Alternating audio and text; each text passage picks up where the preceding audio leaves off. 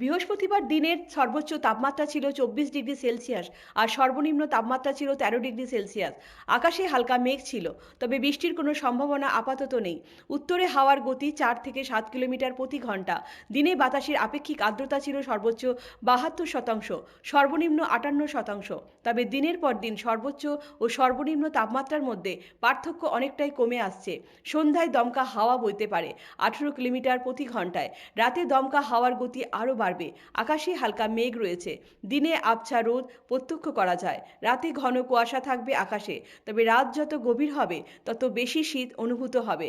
শীতের অনুভূতি কিছুটা কম হলেও গভীর রাতে শীত বেশি অনুভূত হচ্ছে।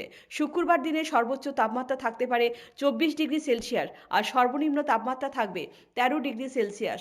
আকাশে কিছুটা মেঘ থাকলেও রাতের আকাশ পরিষ্কার থাকবে।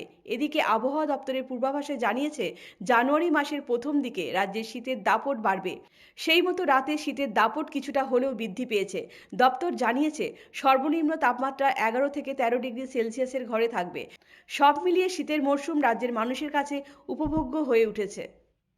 ব্যুরো রিপোর্ট, পজিটিভ বার্তা।